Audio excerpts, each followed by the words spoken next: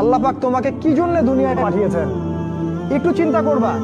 1 minute একটু চিন্তা করবা যে তুমি পৃথিবীতে নাই, তুমি পৃথিবীতে নাই, তুমি মারা গেছো। চিন্তা করবা তুমি মারা গেছো। এরপর চিন্তা করবা তুমি যে মারা গেছো পৃথিবীর কারো কোনো সমস্যা হচ্ছে কিনা।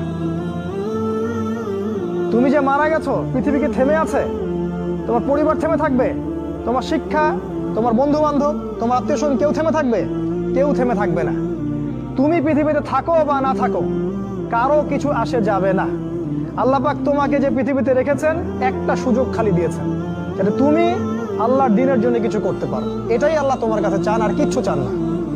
আর কিচ্ছু আল্লাহ তোমার কাছে চান না। আল্লাহ চান তুমি একজন ভালো মানুষ হও, ভালো মুসলিম হও এবং দ্বীনের জন্য কিছু খেদমত করে পৃথিবী থেকে বিদায় নাও। এই দিন তুমি ছাড়াও বিজয়ী হবে ইনশাআল্লাহ। তুমি থাকো বা না থাকো এই দিন কিন্তু বিজয়ী হবেই। হয় তোমাকে নিয়ে হবে অথবা তোমাকে ছাড়াই হবে।